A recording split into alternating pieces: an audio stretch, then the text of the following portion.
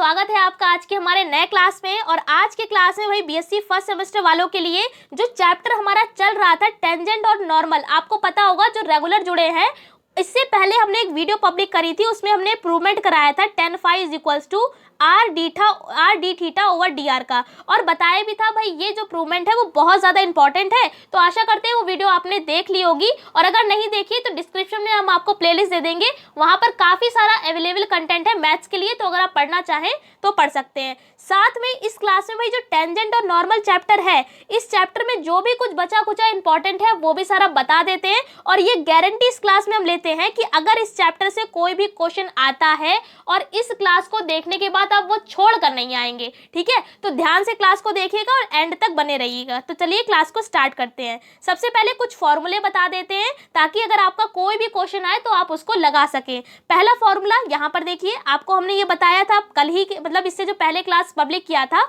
उसी में हमने आपको प्रूवमेंट करा दिया था कि tan phi बराबर क्या होता है, are d theta over d are होता है। अगर हम बात करें इसमें cot phi निकालने की, तो आपको पता है कि tan का उल्टा क्या होता है, cot होता है। तो tan का उल्टा कर दीजिए भाई, तो अगर cot भी आ जाए तो आप तो कोई प्रॉब्लम नहीं है। जब आप tan का उल्टा cot करेंगे तो ऑब्वियसली इधर भी तो आप उल्टा ही कर देंगे, तो are d theta over d r का क्या हो जाएगा, उल्टा D R over are d theta, ठीक है। तो cot आएगा तब भी आपको कोई प्रॉब्लम नहीं है क्योंकि आपको tan का फॉर्मूला पता है। अब अगर हम बात करें तो ये भी आपको पता होगा कि tan थीटा बराबर क्या होता है, साइन थीटा अपॉन में cos थीटा, ये तो पता होगा। tan बराबर क्या होता है, साइन अपॉन cos, तो tan को चेंज कर दिया साइन अपॉन cos में। अब क्या किया, यहाँ पर आर डी थीटा ऊपर जैसा है वैसा ही रहेगा, अपॉन में ds और अपॉन में ds, मतलब दोनों ओर हमने क्या किया, ds से डिवाइड कर दिया, जब आप इसको सॉल्व करेंगे ना, इस चीज़ को जब आप सॉल्व करेंगे तो ds से ds तो कैंसिल हो जाएगा, तो कुल मिलाकर आपका इतना ही तो आ जाएगा। तो कुछ भी चेंज नहीं किया, यहाँ पर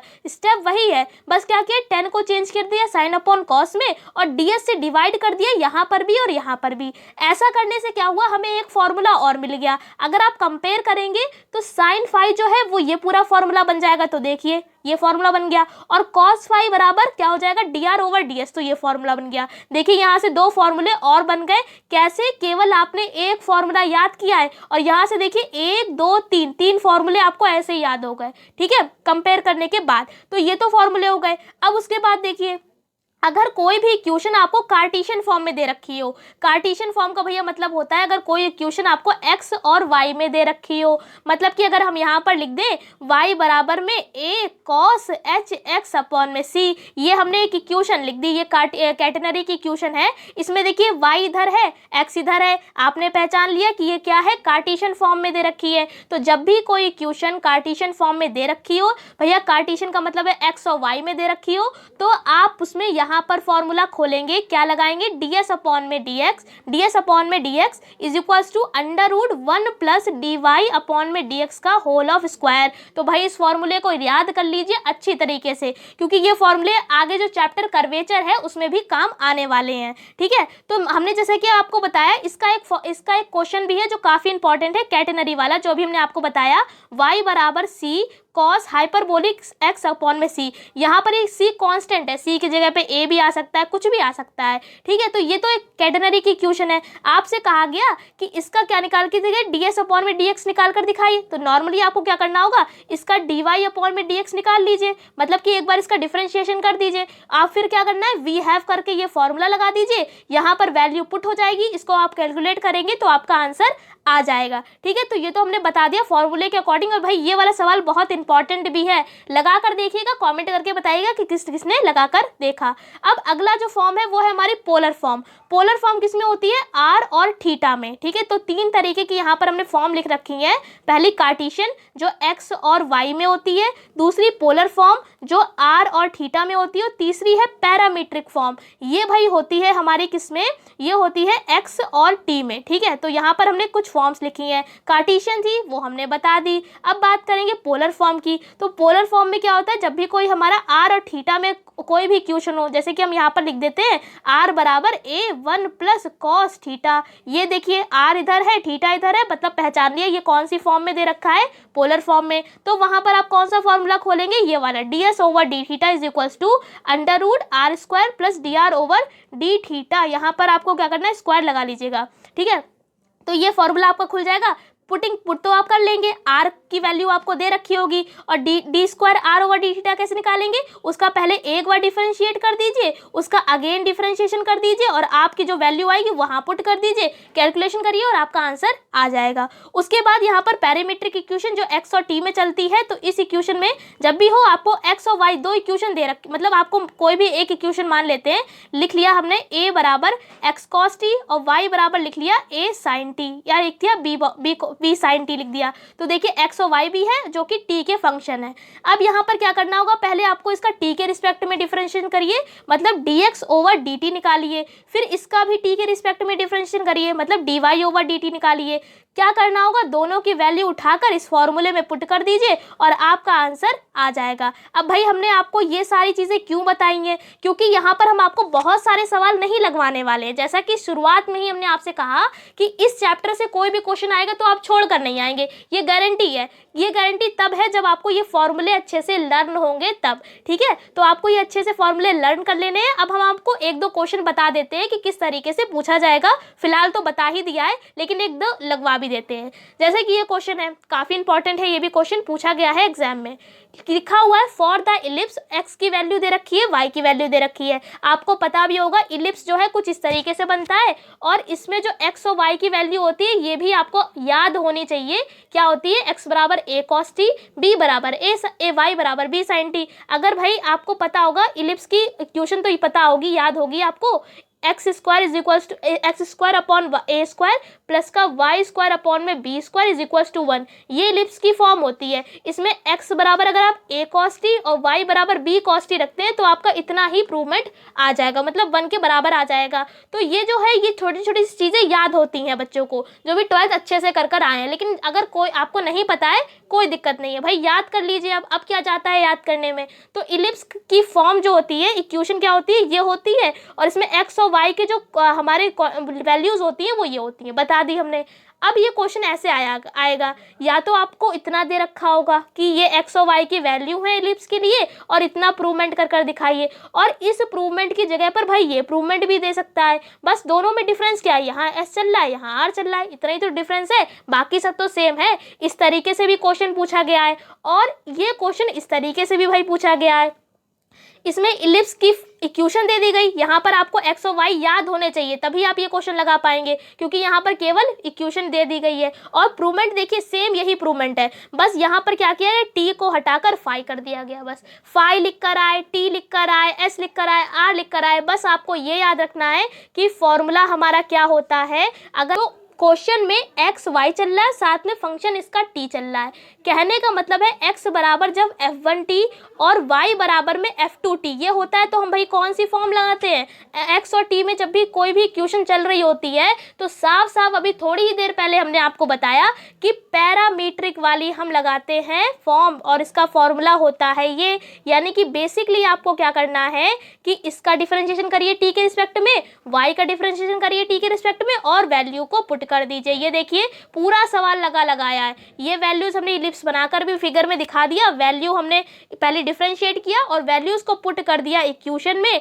dx ओवर dt का होल स्क्वायर है तो स्क्वायर कर दिया इधर भी और इधर भी। यहाँ पर साइन स्क्वायर का फॉर्मूला खोल दिया, 1 माइनस कॉस स्क्वायर टी होता है। फिर क्या किया, ए स्क्वायर के अंदर मल्टीप्लाई कर दी। अब भाई ये क्या है, आगे समझ में नहीं आया, कोई दिक्कत नहीं है, ये तो आ गया होगा। दोनों में से कॉस कॉमन था, ले लिया, अंदर बचेगा ए स्क्वायर माइनस बी स्क्वायर जब हमने माइनस का लिया। तो इलिप्स के लिए ई की वैल्यू जो होती है 1 से कम होती है, और ये भाई फॉर्मूला होता है, तो आपको याद रखना पड़ेगा इलिप्स के लिए फॉर्मूला होता है। और इसमें जब आप इसको सॉल्व करेंगे तो ए स्क्वायर माइनस बी स्क्वायर की आपको वैल्यू मिल जाएगी जो अभी आपने यहाँ पर ब्रैकेट में लिख रखी है। तो इसकी जगह पर अब आप ए स्क्वायर ई स्क्वायर लिख सकते हैं, तो भाई हमने लिख दिया। बाकी जैसा चल रहा है वैसे ही चलने दिया, ए को बाहर निकाल लिया, तो अंडर रूट में हमारा बचेगा 1 minus E square cos square T. अब क्या किया, अंडर रूट को हटाकर आप 1/2 भी लिख सकते हैं। भाई अंडर रूट को ही तो 1/2 ही तो बोलते हैं, तो अंडर रूट को हटा के अगले स्टेप में 1/2 लिख दिया। अब हमने आपको बता दिया है ये क्वेश्चन दो तरीकों से एग्जाम में पूछी गई है, एक तो इस तरीके से भी क्वेश्चन आ चुका है और इस तरीके से भी आ चुका है। तो दोनों में से कैसे भी आए और इम्पॉर्टेंट भी काफ़ी है, तो आशा करते हैं आपको समझ में आ गया होगा। अब एक क्वेश्चन और देख लीजिए इसी का, यहाँ पर लिखा हुआ है क्वेश्चन ये है प्रूव दैट द कर्व, ये देखिए आर थीटा बराबर a, then d s over d r. भैया इसमें d s over d r आप कैसे निकालेंगे? आपको ये कर्व दे रखा है और आपको ये प्रूफ करना है। भाई आपने देखा यहाँ पर कि इक्वेशन जो है आर और थीटा में दे रखी है, और अभी हमने पहले ही क्लास में पढ़ा था कि आर बराबर एफ थीटा क्या होती है? पोलर फॉर्म होती है। और पोलर फॉर्म में पहला ही हमने प्रूवमेंट किया है tan फाई बराबर में are d theta over d are, यही तो प्रूवमेंट किया है। तो बस आपको यही ध्यान रखना है, आज की क्लास की शुरुआत जहां से हुई थी इस फॉर्मूले से, बस इसी फॉर्मूले से आपका ये सवाल लग जाएगा। ठीक है, तो क्या किया, सबसे पहले हमने ये क्वेश्चन को उतारा और फिर उसके बाद आर को नीचे पहुंचा दिया। एक बार डिफरेंशिएशन कर दीजिए आर के रिस्पेक्ट में, तो आर के रिस्पेक्ट में करेंगे तो वो क्या हो जाएगा? D theta over d are, और ए यहाँ पर है कांस्टेंट और ए यहाँ पर हो जाएगा कांस्टेंट, तो 1 अपॉन आर का डिफरेंशिएशन क्या होता है? माइनस का 1 अपॉन में आर स्क्वायर, तो ये आ गया। ए कांस्टेंट है तो वो वैसे ही रहेगा। अब यहाँ पर क्या किया हमने? एक आर को उधर पहुंचा दिया। भाई एक आर, यहाँ पर 2 आर थे, 2 में से एक को उधर पहुंचा दिया। क्यों पहुंचा दिया? क्योंकि जब are d theta over d are बनेगा तभी तो हम इसको tan फाई में कन्वर्ट करेंगे कि नहीं करेंगे? तो इसीलिए फॉर्मूला बनाने के चक्कर में हमने यहाँ पर एक आर को उधर भेज दिया, तो tan फाई बराबर क्या आ गया? माइनस का a अपॉन में r। अब हमने आपको बताया था शुरुआत में ही कि tan बराबर क्या होता है? साइन अपॉन में कॉस, होता है कि नहीं होता है? तो इसीलिए हमने यहाँ पर साइन और कॉस की वैल्यू निकाल ली। कैसे निकाली? तो tan फाई यानी क्या होता है? यहाँ पर क्या होगा? परपेंडिकुलर अपॉन में बेस, ये होता है। तो ट्रायंगल के अकॉर्डिंग हमने यहाँ पर वैल्यूज निकाली कॉस फाई और साइन फाई की। कैसे निकाली? कॉस फाई होता है आधार बटे में कर्ण, निकाल लिया, ये आपको ट्रायंगल में दिख ही रहा होगा। ये हो जाएगा कर्ण, ये हो जाएगा हमारा लंब, और ये क्या हो जाएगा? हमारा आधार। तो तीनों की वैल्यू निकाल दिया। साइन की क्या होता है? लंब बटे में कर्ण, तो वो भी निकाल लिया। ऐसा करने से ये हमने फॉर्मूला लगाया और दोनों में डिवाइड कर दिया। देखिए डीएस से, जहां में क्लास की स्टार्टिंग हुई थी, इसीलिए हमने बता दिया आपको, कंपेयर किया। अब अगर आप इसमें क्वेश्चन में देखेंगे, क्वेश्चन में क्या पूछा जा रहा है? डीएस अपॉन में डीआर, तो बस जितना पूछा जा रहा है उतने की बात करेंगे। तो डीएस ओवर डीआर ये है, बट इसमें उल्टा दे रखा है। कोई बात नहीं, अभी हम पहले ये वाले टर्म को ले लेते हैं। ले लिया, इसका उल्टा कर दीजिए, क्योंकि क्वेश्चन में ds ओवर dr है, तो उल्टा करेंगे तो आपको मिल जाएगा। उल्टा कर दिया, जब हमने इधर उल्टा किया तो हमने इधर भी उल्टा कर दिया। और 1 अपॉन कॉस फाई, भैया कॉस फाई तो आप निकाल चुके हैं। यहाँ पर अगर आप देखेंगे तो ये देखिए कॉस फाई की तो वैल्यू आपने निकाल ली है, कितनी है? r अपॉन में under root a square plus r square, ये वैल्यू है। तो भाई अगर हम यहाँ पर देखेंगे तो ये अपॉन में है, यानी कि ये वैल्यू को आपको उल्टा करके लिखनी पड़ेगी। क्या करनी पड़ेगी? उल्टा करके लिख दीजिए। देखिए आपका प्रूवमेंट हो गया।